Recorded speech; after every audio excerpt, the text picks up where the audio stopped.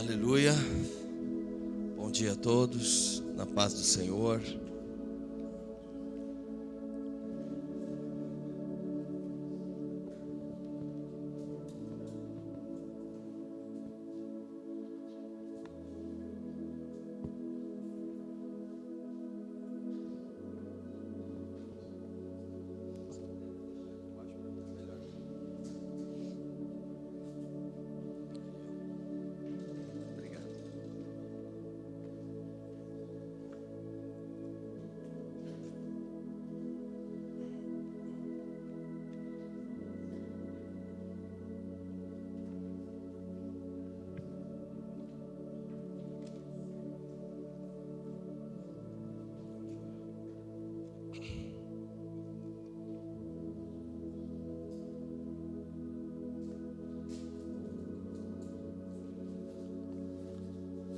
O livro de Gênesis, capítulo 1, versículo 1 e versículo 2,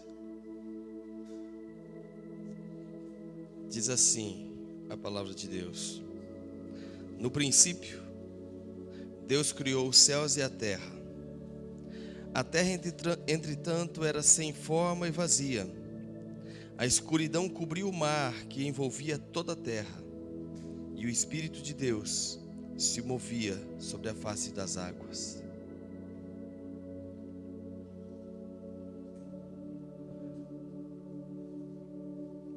Eu acredito que se tem uma pessoa que é uma necessidade de nós como filhos de Deus, como igreja de Deus, nós precisamos descobrir de verdade e manter um relacionamento verdadeiro é com a pessoa do Espírito Santo. A pessoa do Espírito Santo, ela só pode ser experimentada. Jesus, você sabe que ele nasceu, ele viveu, ele esteve entre nós.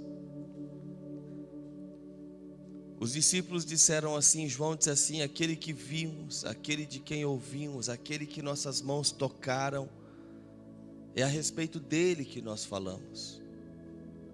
Então os discípulos tocaram, ouviram, eles viram e eles testemunharam a respeito de Jesus. E a maior glória da igreja primitiva sempre foi que eles testemunhavam a ressurreição de Cristo. Mas o Espírito Santo, ele não pode ser tocado com essas mãos. Ele não é visto com esses olhos. Ele não é ouvido com esses ouvidos. O Espírito Santo, ele precisa ser experimentado no nosso espírito. É no espírito que se dá a operação dele. E a maioria das pessoas, elas têm dificuldades de perceber e entender a pessoa do Espírito Santo. Ela acha que é uma força. Ele pode ser colocado de qualquer maneira. Você pode tratá-lo como um vento, e em alguns momentos ele será como um vento impetuoso. Você pode olhar e imaginar ele como uma chama de fogo, e em algumas vezes ele se manifestou como uma chama de fogo. Mas a questão de como ele se manifesta não significa que é aquilo que ele o é, porque ele é uma pessoa. E essa pessoa, ela opera e habita no nosso espírito. E eu descobri,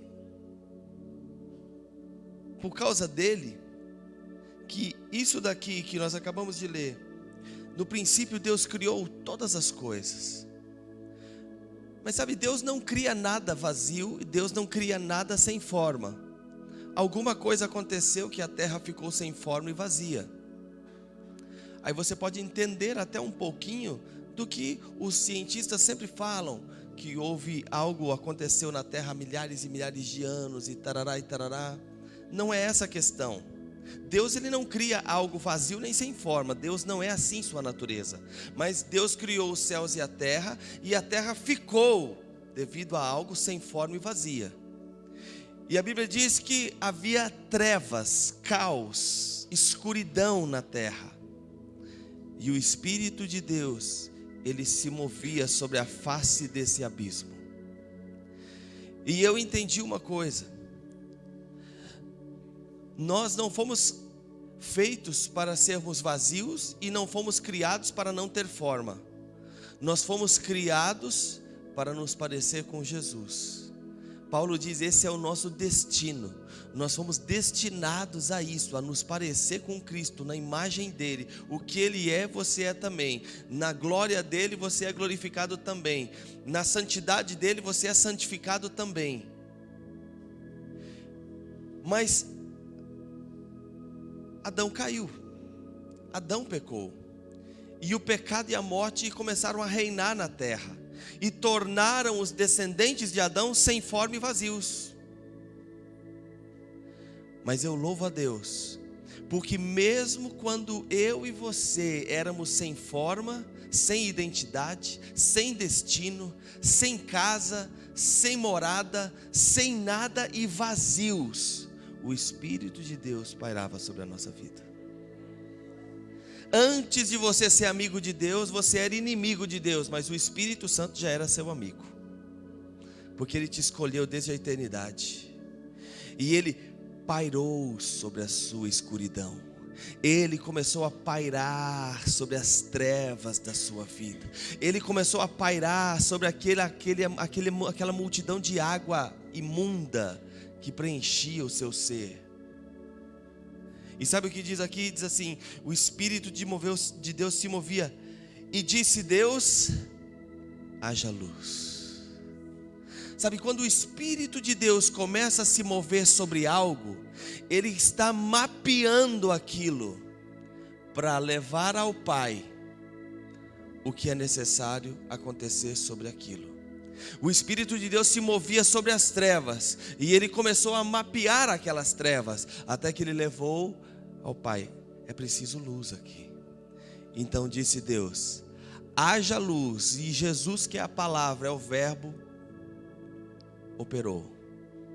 O Espírito, ele está mapeando a nossa vida, ele está mapeando o seu caos, ele está mapeando suas trevas, ele está pairando sobre os abismos da sua vida, que você não sabe como que você vai resolver isso na sua vida, o que será dos seus dias e do seu futuro. Essas trevas estão sob o cuidado do Espírito Santo.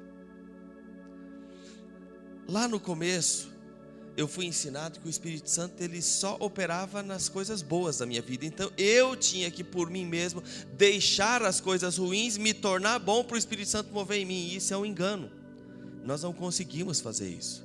Toda a nossa intenção de nos tornar melhores, ela não passa de trapo de imundícia. Você não pode se melhorar. Toda a autoajuda não serve para Deus. O que serve é o que Deus te deu, e Ele te deu o Espírito dele, a melhor parte dele, a parte mais pura e santa e poderosa dele, Ele deu para ajudar na sua maior trevas, na sua condição mais miserável. É ali que o Espírito Santo está movendo. Então eu entendi que o Espírito Santo estava passeando sobre minha vida, e ele não estava procurando as minhas áreas boas, as minhas áreas saudáveis da minha vida, as condições boas que eu podia dar a Deus. Não. Essas já estavam prontas para eu apenas adorar a Deus. Ele estava mapeando minhas ruínas. Então ele liberava, entrava em acordo com o Pai, e o Pai dizia: filho, libera a palavra. E o filho começa a dizer: haja luz. E a Bíblia diz que houve luz. E quando há luz, o que acontece? Aquilo que não tem forma, aquilo que é vazio, aquilo que não tem sentido, não tem graça, é manifesto. Você vê, e Deus viu que a terra não havia nada mais nela, não tinha nada de bom nela. Mas Deus disse: haja luz. E viu Deus que a terra era boa, que aquilo sem forma era bom, que aquela coisa que não tinha formato algum era bom. Não, Deus olhou e disse assim: e viu Deus que a luz era boa. Sabe, isso mostra uma coisa: Isso que o Wilton estava falando aqui, não há condenação mais para nós. Sabe, porque quando a luz, ela deu, a luz do olhar de Deus, a luz do Espírito Santo, ela toca a sua vida, não é para que Deus olhe e veja que você de fato é um vazio sem forma. Deus, Ele ilumina e Ele sabe que você é vazio e sem forma. Você às vezes nem percebia quão vazio e sem forma era. Mas Deus não está interessado em, nossa, isso está feio mesmo. Não, não. Ele olha e fala assim, olha como a luz é boa. Vamos trabalhar agora. Vamos trabalhar. E chamou Deus a luz, dia, e as trevas chamou noite. Então houve a tarde, a manhã e o primeiro dia. E depois disse Deus, haja entre as águas um limite para separá-las em duas partes. E fez, portanto, Deus o firmamento e separou as águas estabelecidas abaixo desse limite das que ficaram por cima, e assim aconteceu. E Deus ao firmamento deu o nome de céu. A tarde passou, raiou a manhã, e esse foi o segundo dia. Então Deus começou a trabalhar aquilo que não tinha forma e era vazio. E é exatamente dessa forma que Deus está trabalhando na nossa vida. Ele está trabalhando na sua igreja, Ele está trabalhando no meio do seu povo. Ele sabe que não há forma, Ele sabe que eles são vazios, Ele sabe que nós somos vazios, que em nós não existe bem algum, que nós não temos condição alguma de ajudá-lo nessa obra. Mas Ele fala assim, espera aí, vamos trabalhar. E então o Pai começa, Filho vem, Espírito Santo vem, e vamos começar a trabalhar. Vamos separar as coisas agora aqui. Noite, trevas, fiquem para cá. Luz, fica para cá. Bom, agora nós vamos lidar.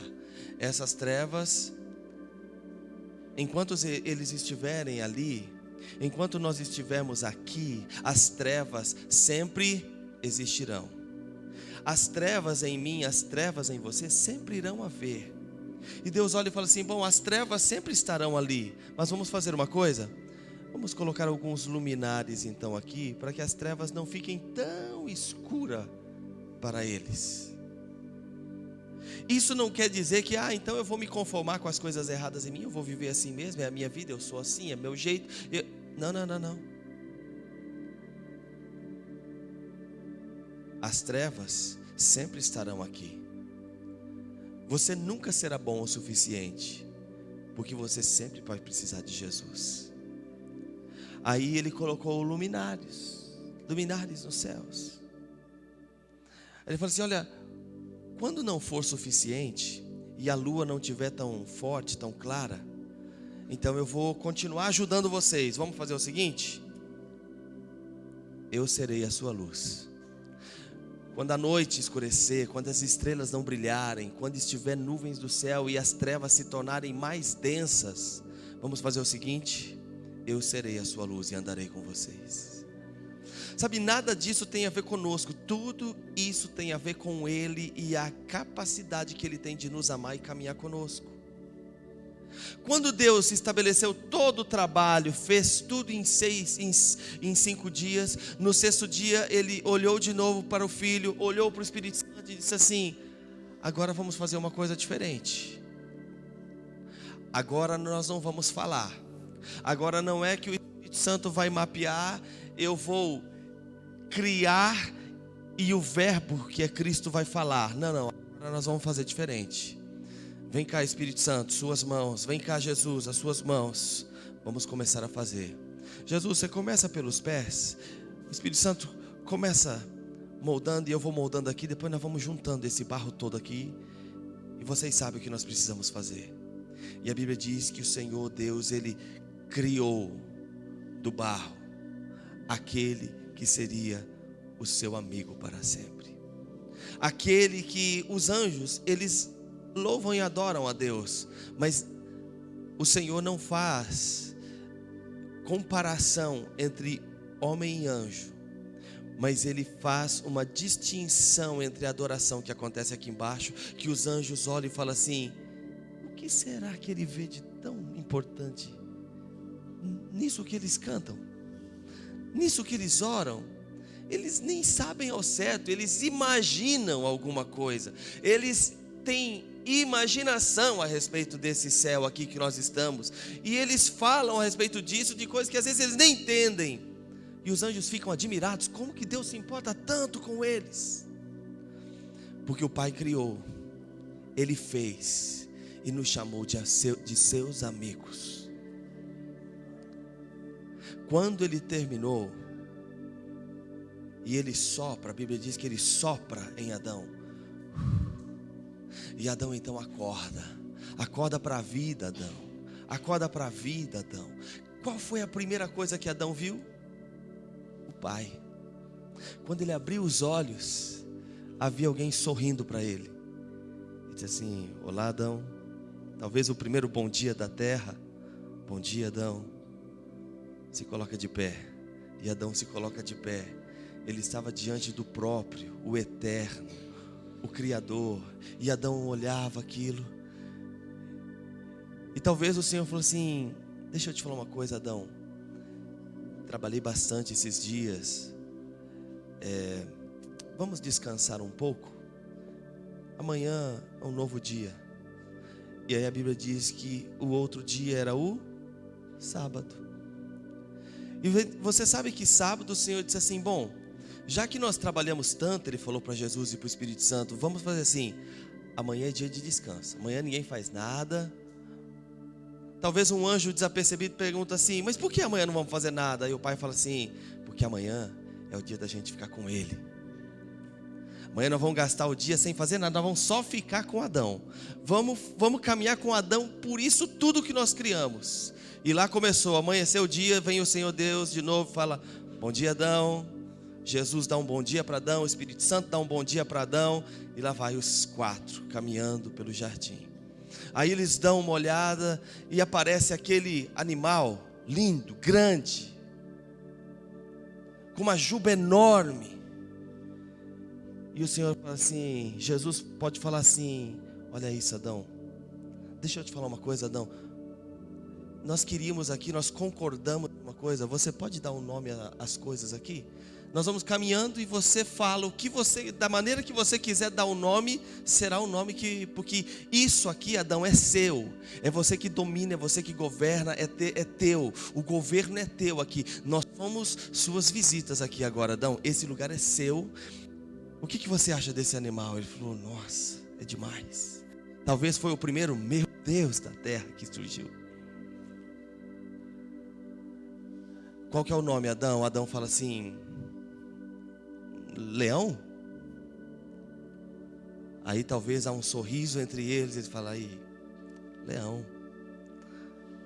E já o Pai e o Espírito se entreolham e sabiam que um dia um deles iria se chamar com esse apelido: o leão da tribo de Judá. Aí, leão. E eles vão caminhando. E o nome disso, Adão? Bom, esse é um pássaro diferente, é grande. E talvez Deus comece a descrevê-lo. E eles falam: que nome, Adão? Adão fala assim: águia. Aí, águia. E o Pai já sabendo tudo, e um dia ele iria dizer que nós iríamos voar, subir com asas como águias. Sabe, isso é credibilidade, é confiabilidade, é alguém muito grande, muito importante, se importando com alguém muito pequeno, mas que fez para si. É isso que o Pai, o Filho e o Espírito fizeram com Adão, fizeram para nós. Se você entender que isso é relacionamento, é uma amizade, é uma coisa que acontece sem que você pague por isso, você é espontâneo.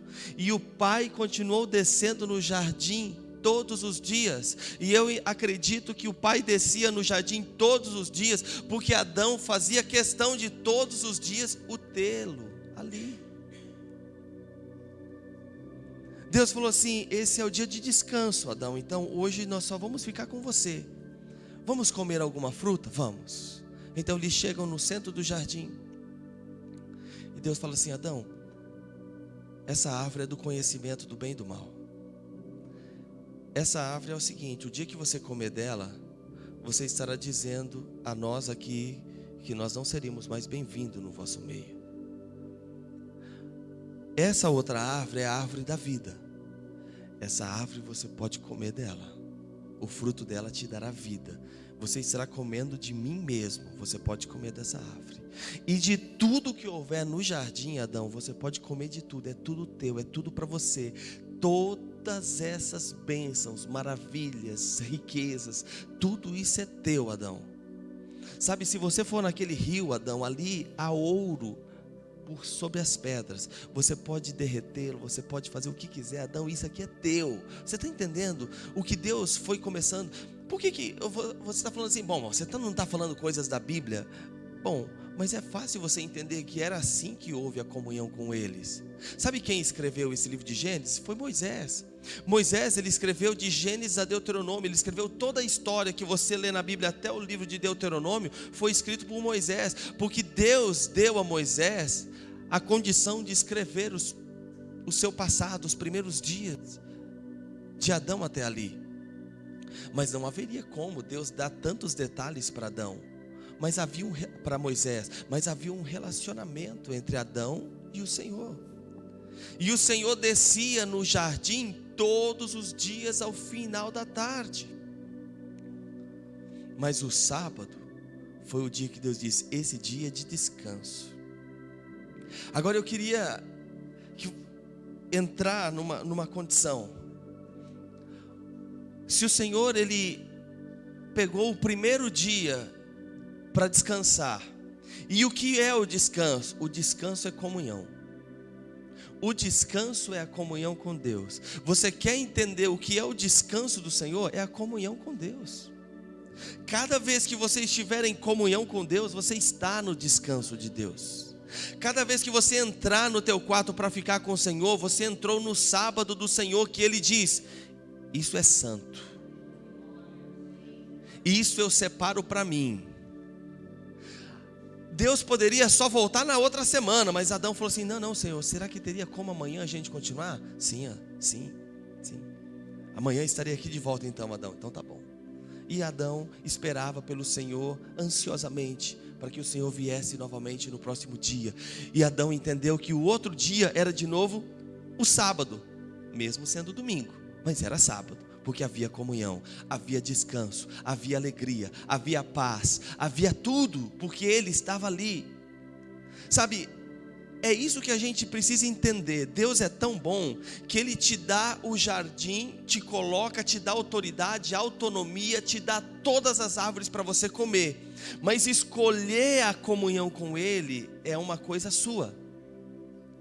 Como aquele povo andou por 40 anos no deserto, e a Bíblia diz que a roupa não envelhecia, a sandália não estragava, os pés não inchavam, a cabeça não doía. Deus cuidava do sol durante o dia para não molestar, Deus cuidava do frio durante a noite com a coluna de nuvem para que eles não morressem de frio no deserto.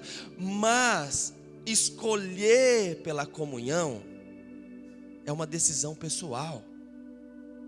Adão poderia deixar que Deus só voltasse uma semana depois. Ele tinha comida, mantimento, provisão, ele tinha saúde, ele tinha algo a fazer, ele tinha muitas coisas, mas ele desejou que o Senhor viesse todos os dias, porque o Senhor vinha porque Adão desejava.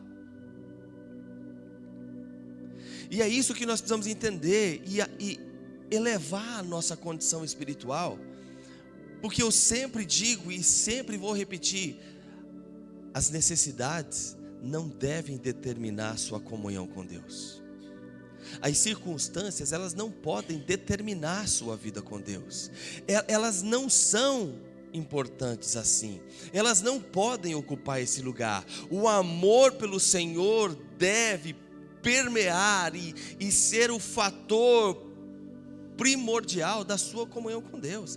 Isso deve acontecer pelo amor, pela paixão, pela alegria da salvação, pelo entendimento de quem Ele é e quão bom Ele é. Nunca vai te faltar nada, ainda que você olhe dias e fale assim: não, está faltando. Na verdade não está. Na verdade não está. Pode estar difícil? Pode estar. Pode não estar fácil, você pode ter vivido momentos melhores financeiramente, momentos melhores na tua condição de saúde, você pode, isso é normal, acontece com todo mundo, mas eu vou te dizer uma coisa, isso não deve ser a razão, o motivo da sua vida com Deus, porque isso é muito pouco. Ele deu a você todas as árvores do jardim, o fruto é para você comer. Em Apocalipse ele diz assim para João: João, aqui é um rio e esse rio corre. À margem desse rio surgem árvores. As folhas dessas árvores são remédio para as nações. O que você precisa de cura? Ele tem remédio para você. Ele deu a palavra dele, é remédio para você. Se você se colocar nela, ela é remédio para a sua vida. E se você não sabe, meu pai trabalhou, meus irmãos trabalharam muitos anos na área de medicamento. Todo remédio que você toma, ele é extraído de uma planta. Tudo que você toma é extraído de folha, de raiz.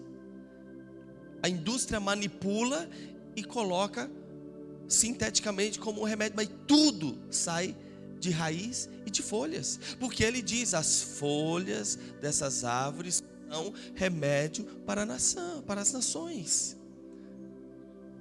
Ele fez assim, ele fez a terra, e ele criou na terra toda a condição para o homem se curar na terra. Se você for numa aldeia de índio, ele não tem Jesus, mas ele tem as plantas lá, e tudo que eles têm, eles fervem, eles aprendem com aquilo, fervem, tomam e são sarados, porque a folha e a raiz dessas árvores são remédios. Ele fez assim e deu isso. Alguns vão depender só disso, alguns outros vão entender, como eu estava dizendo, está muito escuro, há luminares naturais. As estrelas e a lua estarão lá para iluminar a noite. Mas está mais escuro, alguns vão entender que existe mais. Eu posso ser tua luz, eu posso ser tua luz, ele vai falar. Posso ser um farol para os seus pés? Então pega a minha palavra, ela será um farol. Pega o teu carro, vai dirigir na rodovia à noite à luz da lua. Você não vai conseguir. Você vai andar devagarinho a pé. Dali a pouco teu olho clareia, as coisas ficam melhores, você vai caminhar a pé tranquilamente. Pega teu carro e sai na rodovia para andar com a luz da lua e das estrelas. Você não consegue. Isso quer dizer que existe uma maneira de chegar mais rápido. E Ele nos deu a palavra dEle, nos deu a si mesmo. Eu serei tua luz na escuridão. Para eles as folhas são remédio, mas eu posso te falar uma coisa? Se você abrir a boca e chamar pela minha palavra, eu sou a sua cura. Os íntimos encontram coisas melhores. Aqueles que se aproximam e conhecem, eles encontram coisas ainda melhores, a mais. Os ignorantes estão lá, tem que tomar uma coisinha. Mas aqueles que são íntimos falam: Senhor, a tua palavra diz, e eu acredito, e eu descanso nisso agora. E você pode não ser num mas será. Vocês sabem disso. Alguém deu a vida aqui falando sobre isso. Então eu quero te dizer uma coisa. O sábado é dia de comunhão. E Adão entendeu que sábado era domingo, sábado era segunda, sábado era terça, sábado era quarta, sábado era quinta, sábado era sexta e sábado era sábado. Todo dia é dia de comunhão com Deus. Todo dia é dia de você descansar nos braços daquele que te acolhe, te recebe e te dá a condição de ver o que os outros não podem ver, de sonhar coisa que outros não poderão sonhar. Era isso que aquele homem entendeu e começou a viver. É isso que o Senhor deseja nos dar de novo. Hebreus capítulo 3 diz assim: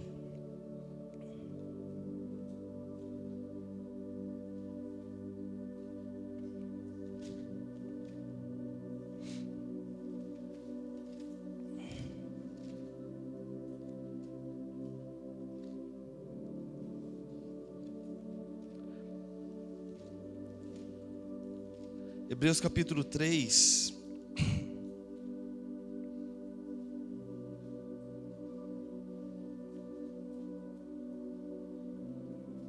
vamos ler aqui, versículo 7. Hebreus 3, 7. Assim, como proclama o Espírito Santo, assim como proclama o Espírito Santo. Aqui, sabe, o autor de Hebreus, ele já coloca nesses termos e condições, assim como diz o próprio Espírito Santo. Hoje, se ouvirdes a sua voz, não endureçais o vosso coração como ocorreu na rebelião durante o tempo da provação no deserto, onde vossos pais me tentaram pondo-me à prova, ainda que durante 40 anos tenham contemplado as minhas obras. Por esse motivo me indignei contra essa geração e declarei: o coração destes sempre está se desviando e não reconheceram os meus caminhos. Sendo assim, jurei na minha ira: estes jamais entrarão no meu descanso. Irmãos, tende muito cuidado para que nenhum de vós mantenha um coração perverso e incrédulo que se afaste do Deus vivo. Pelo contrário, exortai-vos mutuamente todos os dias, durante o tempo que se chama hoje, de maneira que nenhum de vós seja embrutecido pelo engano do pecado, porque passamos a ser participantes de Cristo, desde que na realidade nos apeguemos à fé, até o fim, a fé que nele depositamos desde o início. Como nós nos tornamos participantes de Cristo? Apegando-nos à fé que vem pela palavra de Deus. Como eu vou entrar no descanso hoje? Eu não estou mais no jardim e eu não sou mais aquele Adão. Como eu vou entrar nesse descanso de novo? Você só tem uma condição agora. Você tem que pegar essa palavra, colocar no teu coração e praticar ela. Se você apenas ouve, e isso não se torna uma obra, essa fé é morta. Se você apenas ouve e isso não se torna uma prática viva, isso é morte. Sabe o que é isso? Isso, voltando ao jardim, quando Adão disse: Adão, essa árvore aqui no centro, ela está bem próxima da árvore da vida, mas ela é a árvore do conhecimento do bem e do mal. Quando você comer dessa árvore, Adão, você vai morrer. E eu descobri qual é a árvore, o que é comer da árvore do conhecimento do bem e do mal. Comer da árvore do conhecimento do bem e do mal é quando você ouve a palavra, você recebe a palavra, mas você não permite que o Espírito Santo faça com que essa palavra penetre o seu espírito e se torne vida. Se ela entrar e não for ao teu espírito e se tornar vida, ela se tornará um conhecimento. E o conhecimento vai te matar. Porque a letra mata. Porque você começa a conviver com algo muito poderoso, mas não é vida para você. Não flui em você. Não exala de você, não produz frutos em você. E sabe o que começa a produzir em você? Amargura, decepção. Acontece na vida do pastor, aconteceu na vida do irmão, o irmão orou, pediu, aconteceu. O irmão, na vida dele as coisas dão certo, por que na minha não? Porque você está comendo do conhecimento. E o conhecimento do bem é tão maléfico quanto o conhecimento do mal. Ele não disse: olha, o conhecimento do mal dessa árvore vai te matar. Não, o conhecimento do bem e do mal te mata. Nós não precisamos de conhecimento, nós precisamos de revelação. Quando a palavra entra nos seus ouvidos e ela encontra uma terra pronta, ela vai aprofundar. E aí, encontrando uma condição apropriada, a palavra ela vai germinar. A semente vai cair, vai morrer, e de repente ela começa a germinar, e ela começa a crescer, aquela plantinha começa a crescer, e de repente você vê que ela está crescendo, você percebe, você vai lá, coloca uma estaquinha, amarra para que o vento não derrube aquela planta, você começa a cuidar dela porque ela está crescendo, existe algo acontecendo ali, uma vida poderosa está surgindo. Às vezes, você olha e você não pode comer o fruto daquela planta ainda, porque não é tempo, ela não chegou momento apropriado dela se tornar uma planta que vai te dar fruto, mas você precisa cuidar dela. É isso que você vai fazer com a palavra de Deus. E as pessoas acharam, e foi vendido um evangelho muito fácil, que você vem para a igreja, tudo vai mudar na sua vida, e não é assim. Você sabe que não é assim, e eu sei que não é assim. As coisas, muitas delas, o Senhor faz assim: eu não quero mais isso, e Ele faz, Ele tira.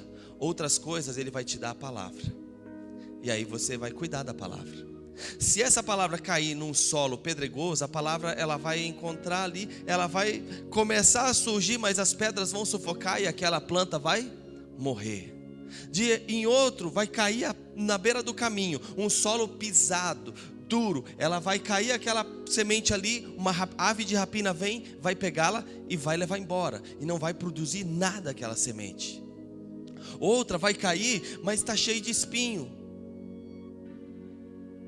e no meio dos espinhos ela vai começar a germinar, vai começar a vir, mas os espinhos vão começar a machucá-la e ela vai morrer. Isso eu estou te dizendo o que Jesus disse, que de 4 tipos de solo, e em 4 momentos que a semente foi lançada, em apenas uma, ela encontrou um terreno apropriado para produzir e se tornar o que ela foi liberada do céu para fazer na vida daquela pessoa.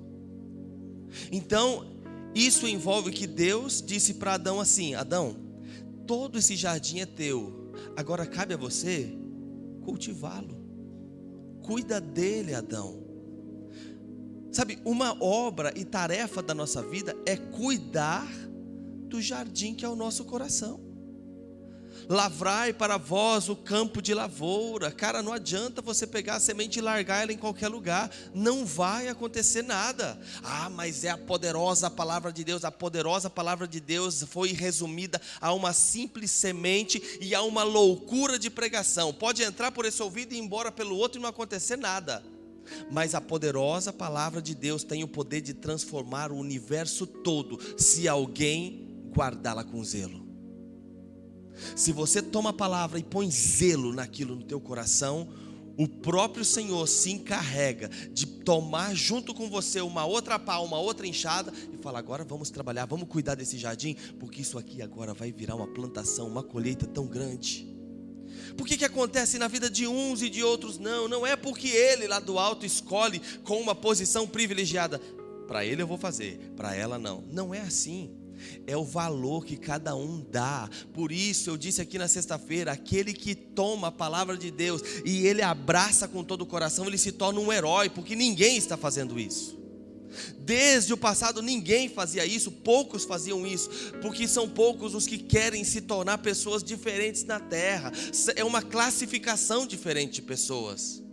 Pessoas que amam a Deus não são normais, não são comuns, não se encontram em todo lugar. Ainda que você ande no centro de Rio Preto e possa perguntar para 100 pessoas: você acredita em Deus? Talvez 99 irão dizer: sim, eu acredito em Deus. Se perguntar: você ama Deus? Ele vai falar: sim, eu amo Deus. Mas eles não são conhecidos de Deus na intimidade. Agora, aquele que pega a palavra, recebe a palavra e ele honra a palavra, ele queima com aquela palavra, ele chora sobre aquela palavra, ele adora sobre aquela palavra. Cara, ele está preparando a terra, lavrando um campo de lavoura, e essa semente vai produzir a 100 por 1, porque é o que ela é o poder dela, é a vida que existe nela, acontece, é poderoso. Agora, se aquilo apenas se torna um conhecimento, o conhecimento ele vai te matar. Porque Jesus disse assim: a letra mata. Ele falou isso para os fariseus, que eles conheciam tudo das escrituras, tudo. A letra mata, mas o Espírito, ele é vida. O Espírito traz vida. E é isso que nós precisamos entender. O Espírito Santo, ele está aqui. Ele quer pegar essa palavra, plantar no teu coração e fazer com que a vida comece a acontecer. E à medida que a vida começar a acontecer, você verá que de repente Isaías disse assim: o deserto e os lugares secos se alegrarão. Por que eles vão se alegrar? Porque eles vão começar a ver a glória do Senhor. O deserto e os lugares secos se alegrarão. Sabe o que é isso? Um deserto produzir alguma coisa. Se você for em Israel, na fronteira de Israel com Jordânia, na fronteira de Israel com a Síria, nas fronteiras, aquilo lá é deserto puro, é só areia, mas existe um mistério ali, cara. O marco, a demarcação de fronteira é aqui. Aqui você pisa em areia e pedra. Do lado de cá você vê campos e plantações. Ah, porque eles são o povo de Deus. Sim, eles são. Mas porque aquele povo entendeu que é preciso cuidar do campo de lavoura. Eles se dedicam a fazer aquilo. Eles preparam a terra para lançar a semente. Os outros não. Comem do que der. O deserto e os lugares secos se alegrarão, porque quando o Senhor encontrar esse panorama, Ele vai fazer uma coisa: os rios voltarão a brotar no ermo. Bom, eles querem, então eu vou fazer um rio correr nesse lugar de novo. E o Senhor fará rios correr no deserto de novo. Então eu te digo uma coisa: é isso que o Senhor está querendo fazer nesses dias. Essa é a condição de Deus para nós como igreja. Que você não coma mais da árvore do conhecimento do bem e do mal, mas que você pegue aquela palavra que o Senhor te falou um dia. O Salmo diz assim, se eu não me engano é Salmo 119. Uma coisa me consola na minha aflição, é que a tua promessa me dá vida. Cara, a tua promessa me dá vida. Então o que vai mudar minha aflição, meus dias difíceis? É porque eu acredito na promessa. Quantos aqui tem uma promessa de Deus sobre a sua vida? Uma palavra que já foi liberada. Deus liberou uma palavra sobre a sua vida. Não apenas essa palavra que você fala assim, a palavra uma palavra sobre o futuro ou um chamado. Mas sabe, quando você pega a palavra de Deus básica, o feijão e arroz do dia a dia, e você começa a trazer isso para dentro do seu coração e acreditar de fato nisso, isso é alimento nos dias da aflição. Uma coisa me consola na minha aflição: a tua promessa me dá vida. Então a vida está na promessa. E eu descobri uma coisa, e eu vou te falar isso. Em Deus a nossa vida funciona exatamente assim. A vida está na promessa. Quando a promessa se cumpre, acabou. Acabou. Agora você precisa de uma nova promessa para que você viva de novo. Porque a vida está na promessa e não no cumprimento da promessa. Você está entendendo?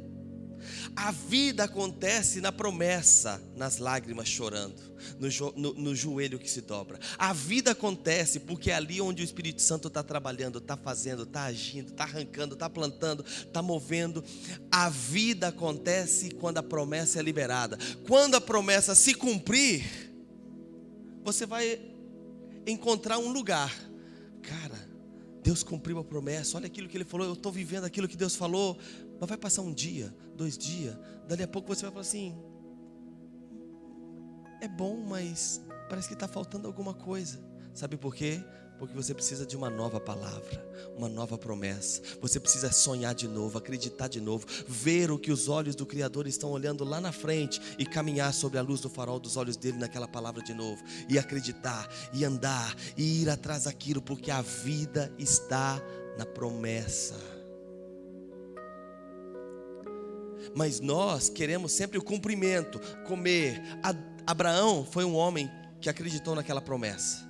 Sai da tua terra, do meio dos seus parentes, e vai para uma terra que eu vou te mostrar. Cara, não foi uma semana, não foi um ano, não foram 10 anos. Foram 30, 40 anos caminhando. Hebreus diz assim: e Abraão caminhou na terra da promessa como se fosse uma terra estranha. Deus falou assim: Abraão, anda para todos os lados, de mar a mar, norte a sul, anda para todos os lados.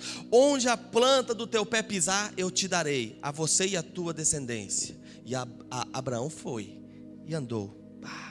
para um lado, voltava, ia até a extremidade do outro lado, cavava poços no meio do deserto, andava.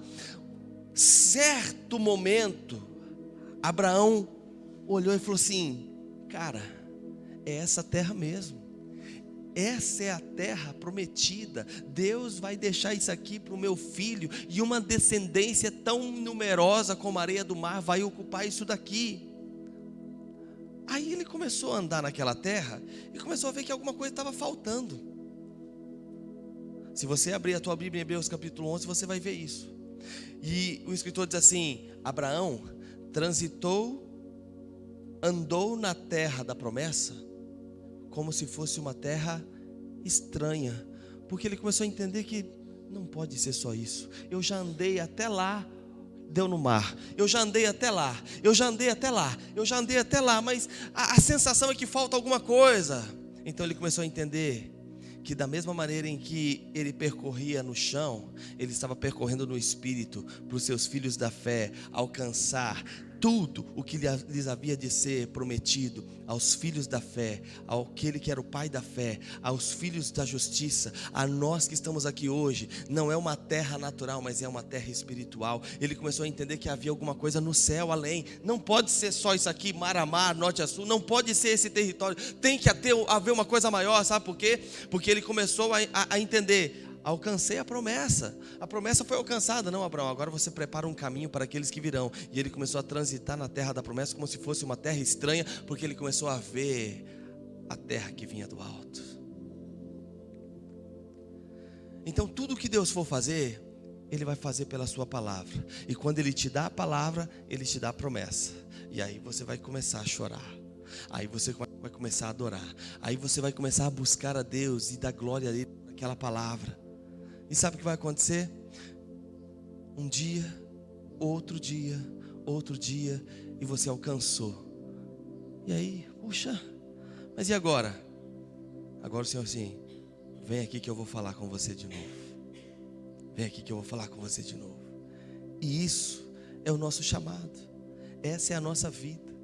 Acreditar nessa palavra de vida eterna é a nossa vida. Acreditar que isso é o nosso pão de cada dia é a nossa vida. Sabe, as pessoas estão aí se alimentando e comem de tudo, mas Jesus disse assim, porque lá em Deuteronômio o Senhor já disse a Moisés assim: nem só de pão viverá o homem, mas de toda palavra que procede da boca do Senhor.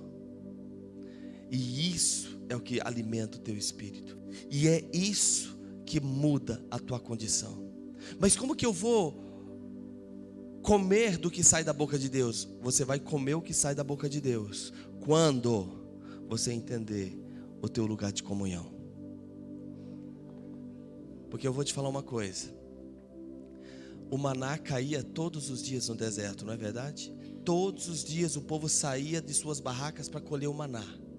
Só que a Bíblia diz assim: no sexto dia Deus disse: Moisés, diga para o povo, na sexta-feira, ao final do dia, vai cair uma porção dobrada.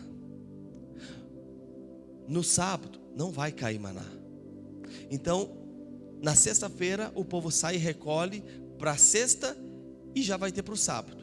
Nos outros dias, se eles guardassem para o outro dia, o maná ele apodrecia.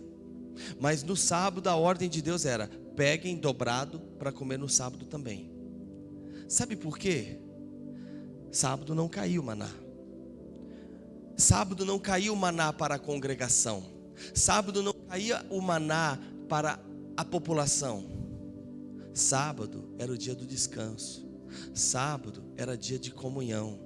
Sábado era dia de alguém decidir espontaneamente comer do que Apocalipse diz: ao que vencer, eu darei de comer do maná escondido.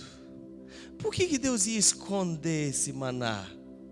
Deus é assim: você pode comer do que todo mundo está comendo, mas existe uma coisa que está escondido, e não é para a maioria, é para alguém. E o maná de segunda a sexta era um maná de sobrevivência. Jesus disse assim: eu vim para que vocês tenham vida.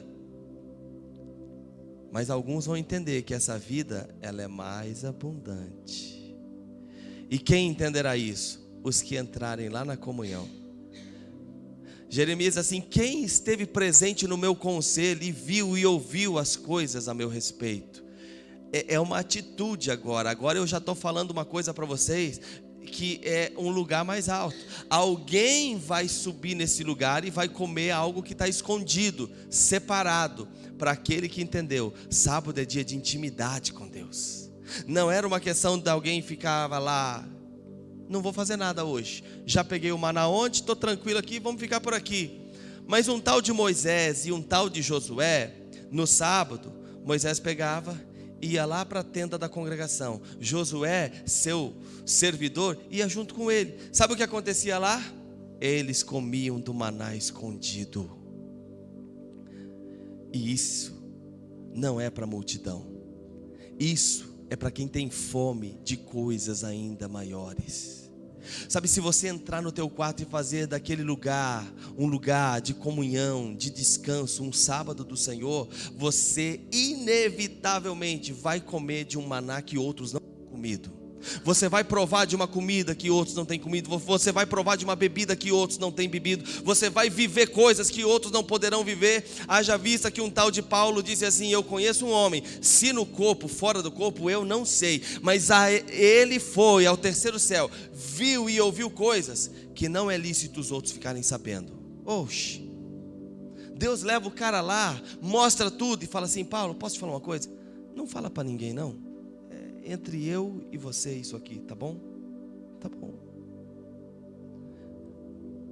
Porque é o prêmio para quem vai rasgar o véu e ir além. É o prêmio para aquele que vai desejar: Senhor, eu quero mais. Senhor, eu quero mais. Senhor, eu te amo e eu quero te conhecer mais. Então, vem cá, entra para cá. Vem mais para dentro.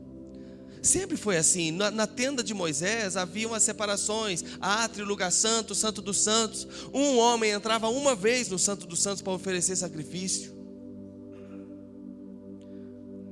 Deus estabelece que o que determina isso?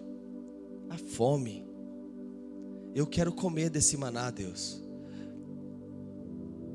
Davi estava com seus soldados, seus valentes, e ele teve fome. Ninguém podia entrar no santo lugar e comer os pães que estavam lá em oferta ao Senhor. Davi disse assim: Deus, eu tenho fome. Esses homens estão com fome. Era uma fome natural. Mas aquela fome natural, ela representava um tipo de fome espiritual que havia no coração de Davi. Porque ele já havia escrito no seu salmo: Senhor, a minha alma te anseia desejosamente, meu coração desfalece pela tua presença, eu suspiro como a corça, Senhor, pelas suas águas. Aquilo ardia no coração dele. Quando ele falou: nós precisamos comer, esses soldados precisam de comida. Havia muito pão lá na tenda, e eles entraram e comeram. E a ordem de Deus a Moisés é que quem entrasse lá morria fulminantemente. Ninguém morreu. Sabe por quê? Porque o que determina aonde você vai chegar em Deus é a sua fome por Deus. Ninguém diz assim: você não pode, isso não é para... Ninguém diz isso para você, porque os céus já rasgaram e declararam: eis-me aqui, venha a mim, quem tem sede, venha e beba gratuitamente da água da vida. E eu ainda não só te darei de beber, mas eu farei de você uma fonte que jorra para a vida eterna. Esse é o nosso chamado. Para isso nós fomos criados, para isso nós fomos redimidos e resgatados. O Pai veio, enviou o Filho nos deu uma nova natureza. Para quê? Para que alguém voe como águia e suba às alturas. Para que alguém entenda que é possível alguém andar numa condição em Deus, com Deus, que você não vai olhar um homem e se admirar o que ele é, o que ele tem. Você pode comer dessas coisas. Esse pão é para você. Esse pão é o pão que sai da boca de Deus. E é isso que nós podemos comer, nós podemos beber, nós podemos nos alegrar nisso tudo. Mas alguém irá. Sabe, um dia eu estava lendo algumas coisas sobre o Benny Hinn. Ele estava saindo de um culto na sua igreja em Orlando, e um menino parou e disse assim: pastor, você poderia orar por mim? Eu quero muito a unção que está sobre a sua vida. Ele olhou para aquele menino e falou assim: receba em nome de Jesus. O menino, caiu no chão. Aí passou um tempo, ele encontrou aquele menino várias vezes na igreja dele. Aí outra vez o menino estava lá, ele estava saindo, o menino passou: ora, põe a mão sobre mim que eu quero receber essa unção que está sobre a sua vida. E ele lembrou que era o mesmo menino. Ele parou e disse assim: você nunca vai ter isso. Você nunca vai ter isso. E as pessoas ficaram chocadas em volta dele. E ele olhou para aquelas pessoas e disse assim: vocês estão brincando. Vocês não têm noção como eu entrego a minha vida para Deus, para que Deus me tome dessa maneira. E vocês acham que com uma simples mão na cabeça você vai entrar nesse lugar?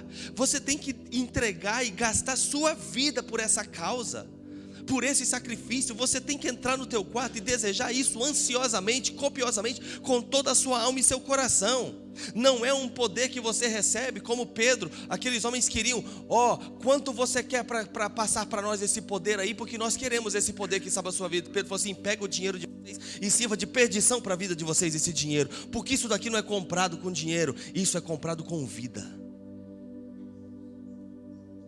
É uma vida, não é um momentinho, não é um instantezinho, é a vida, meu irmão. É a vida, não é um domingo à noite que você vem participar de um culto, é a vida. Eu te digo uma coisa: é quando você abre teu olho pela manhã e você já está ali dizendo: bom dia, Espírito Santo, obrigado, meu Deus, por esse dia. Senhor, toma conta de mim, cuida de mim, livra o meu pé da tentação, cuida de tudo, porque eu quero cada passo que der ser para a tua honra e tua glória. Sabe, você entra no teu carro, sobe na tua moto, você vai para o teu trabalho, você vai para o teu serviço, para a tua escola, e o Senhor não cessa de estar como uma lembrança no teu coração. Sabe como eu entendi que o Senhor disse a Josué: medita nessa lei de dia e de noite? Eu entendi um princípio para mim. Como eu medito de dia e de noite na lei do Senhor? Com as lembranças. Sabe, quando eu vou na presença de Deus e eu passo um tempo com Ele, eu choro, eu me alegro, eu adoro. Deus fala comigo na sua palavra, mas eu não vivo como um monge agostiniano, trancado. Gasto bastante tempo no quarto. Aqui está minha esposa e minha sogra, elas sabem. Mas existe uma vida para viver, não é verdade? Existe uma vida para viver. Como eu entendi que eu vou guardar a palavra no coração? As lembranças. As lembranças daquela palavra que te toca, você vai trazendo sobre si. Quando você nem percebe, você está na rua e você está chorando de novo. Você não percebe, você está no teu trabalho e você está chorando de novo. Quando você não percebe, você está fazendo outras coisas. E as lembranças, elas vão acontecendo. E aquelas lembranças, elas vão se tornando um alimento dentro do meu coração. Eu me lembro da palavra do Senhor. E o Espírito Santo começa a falar outras coisas em cima daquelas lembranças. Eu vou trazendo a palavra de Deus à tona e Ele vai remexendo e vai mexendo de novo. E eu descobri isso. Eu não cesso. Essas palavras vão acontecendo, vão se tornando o meu caminho. Isso é a vida. Não é um culto, não é um dia, não é um final de semana, é uma vida. Se Ele deu tudo o que Ele tinha naquela cruz, como nós não daremos tudo o que nós temos dia após dia? Paulo disse assim: já não vivo mais eu não tenho mais esse direito. É Ele que vive, porque Ele foi cortado da terra, foi arrancado daqui. A vida que agora eu vivo na fé dEle. É Ele que agora opera. Minhas mãos têm que estar a serviço dEle, meus olhos a serviço dEle, meus pés a serviço dEle, onde eu for. Aí você vai entender o princípio de começar a ser ungido. Sabe o que é ungido? Você unge um instrumento. Lá no Antigo Testamento, eles ungiam um equipamento para ficar no altar. E aquele equipamento só podia ser usado no altar. Assim o Senhor unge os seus filhos, suas filhas, seus servos. Ele unge para estarem a serviço dele. Sabe, o altar é o teu coração. E o Senhor, Ele está presente onde você pisar a planta do teu pé. Você pode ir onde for, você será ungido e estará em nome dele. E benditos serão aqueles que reconhecerem na sua vida e puderem dizer: bendito que vem em nome do Senhor. Você só recebe alguma coisa daquilo que está acontecendo agora na minha vida se você me recebe como alguém que vem em nome do Senhor. Esse é um princípio. Você me recebe como alguém que vem em nome do Senhor, o Senhor começa a falar ao seu coração. Se levantar uma pessoa aqui, um irmão dentre vocês, ele se colocar aqui na frente e você não receber ele no teu coração como um bendito que vem em nome do Senhor, ele pode trazer o céu aqui e você não vai receber nada aí, porque é um princípio. Bendito, não me vereis mais, disse Jesus, até que digais, bendito que vem em nome do Senhor. Porque Jesus não viria mais, mas quem veio depois? Pedro, Tiago, João, Lucas, Paulo, Mateus. Começaram a vir alguém e as pessoas, putz, esse está vindo em nome do Senhor. Oh, e Deus começava a mover. É um princípio de recepção.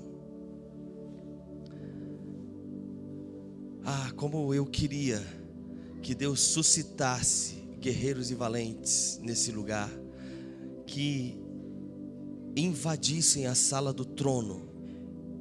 Ah, invadir é muito, essa palavra é forte. Não, invadir com autoridade, poder, com coragem aquele lugar e dizer, Senhor, eu não aceito nada menos do que o que você é para esse lugar. E o Senhor, Ele vai fazer isso. O desejo dEle é fazer isso, é levantar no meio de vocês pessoas, que as pessoas vão olhar e vai falar assim, esse esteve com Jesus. Esse esteve com Jesus. Porque é para qualquer um, é para quem entrar lá. Quem entrar lá, o Senhor vai começar a mover e a tocar e a falar. Eu falo para você, eu tinha 19 anos de idade, eu não era ninguém, eu não tinha nada. Eu só sabia brincar na igreja, me divertir com os amigos. E passaram-se alguns meses em que eu entrava no quarto e ficava com Deus. As pessoas começaram a falar assim para mim, o que está acontecendo com você? Não está acontecendo nada. Não, você está diferente. Não, você está diferente. Você está diferente. Mas sabe o que era? Eu encontrei Ele e eu entreguei minha vida para Ele. Eu deixei tudo para entrar naquele quarto e ficar lá durante 6 meses. Foram horas e horas e horas e horas e horas. E hoje minha vida é entrar no meu quarto e ficar horas e horas e horas e horas, porque é uma alegria, é um prazer, é uma paixão. É você descobrir coisas que outros nunca jamais descobrirão. E eu te digo uma coisa a mais, para não me alongar aqui nessa manhã, nosso lugar não é aqui, nossa casa está ali. Jesus disse dias atrás, aos olhos dele, dias atrás, eu vou para o Pai preparar um lugar para vocês, e eu virei de volta para vocês. O Pai veio de volta para o nosso amigo, pastor Vesilei. O Pai está voltando direto para um monte de gente vindo buscar de volta para casa. Nós ansiamos que Ele volte nas nuvens, com as trombetas soando, e que Ele volte buscar a sua igreja, seu noivo. Mas o nosso lugar não é aqui, gente. Nosso lugar não é aqui. Somos peregrinos, forasteiros, nossa casa, aquilo que temos aqui, somos mordomos administrando, e que você possa se liberar para que a glória de Deus, o reino de Deus avance, porque isso daqui não é o nosso fim. Nosso lugar está lá. Lá é a nossa casa. Lá Ele disse, eu vou fazer um céu novo, eu vou fazer uma terra nova, e nós vamos morar lá. Lá você vai poder entrar no mar e não vai haver afogamento. Você vai poder saltar da montanha e sentir a melhor sensação que você quiser, e não haverá morte ao chegar lá embaixo. Lá você poderá estar na terra e com asas subir aos céus para contemplar a face do teu Deus e voltar a um novo céu, uma nova terra para nós, e esse deve ser o que queima no nosso coração.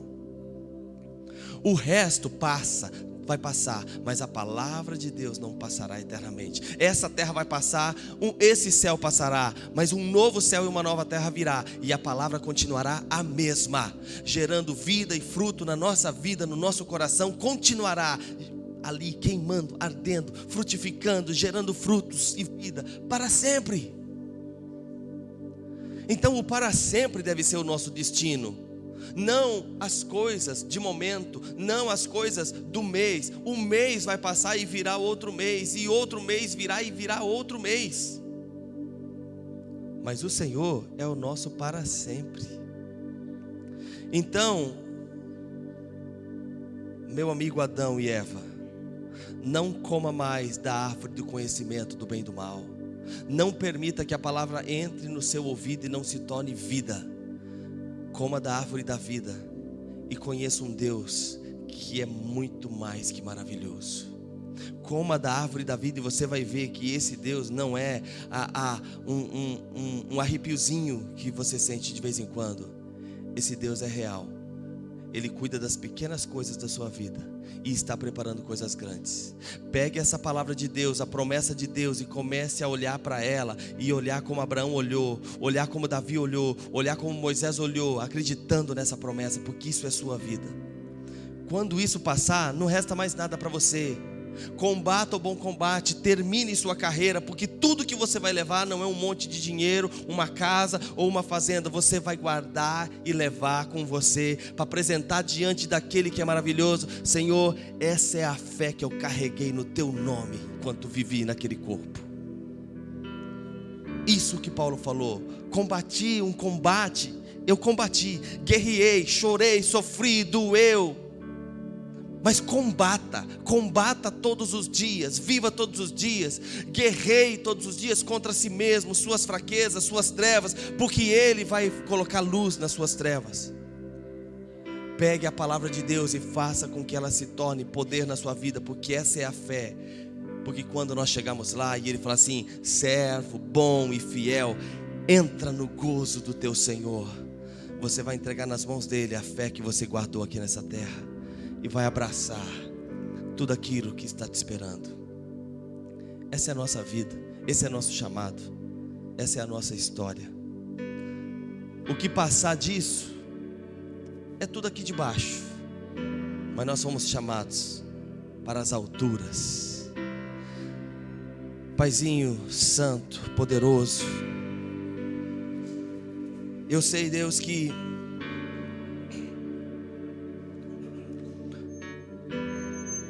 o Senhor está esperando alguém ali, no sábado, na comunhão, no descanso. Ali há pão, ali há vinho, ali há alegria, a plenitude, vida e graça. Ali há sabedoria, ali há esperança. E a minha oração é que os teus filhos aqui, Senhor, eles encontrem esse lugar. Ali há consolo, ali há colo, há delícias sem fim.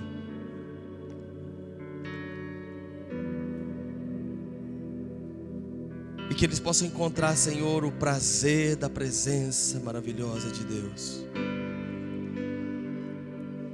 Habitar no esconderijo do Altíssimo e dizer: Ele é o meu Deus. Nós descansamos em Ti nessa manhã e que essa palavra, ela se torne vida em cada coração. Poder sobre todas as necessidades.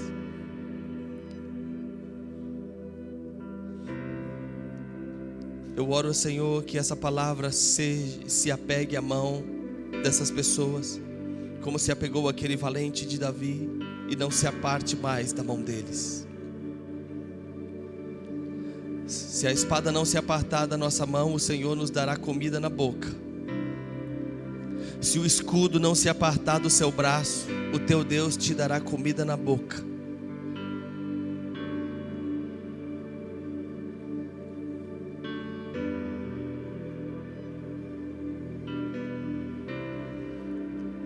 Eu quero ser tua casa favorita,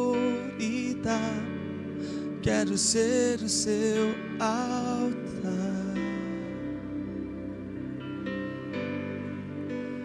Eu quero ser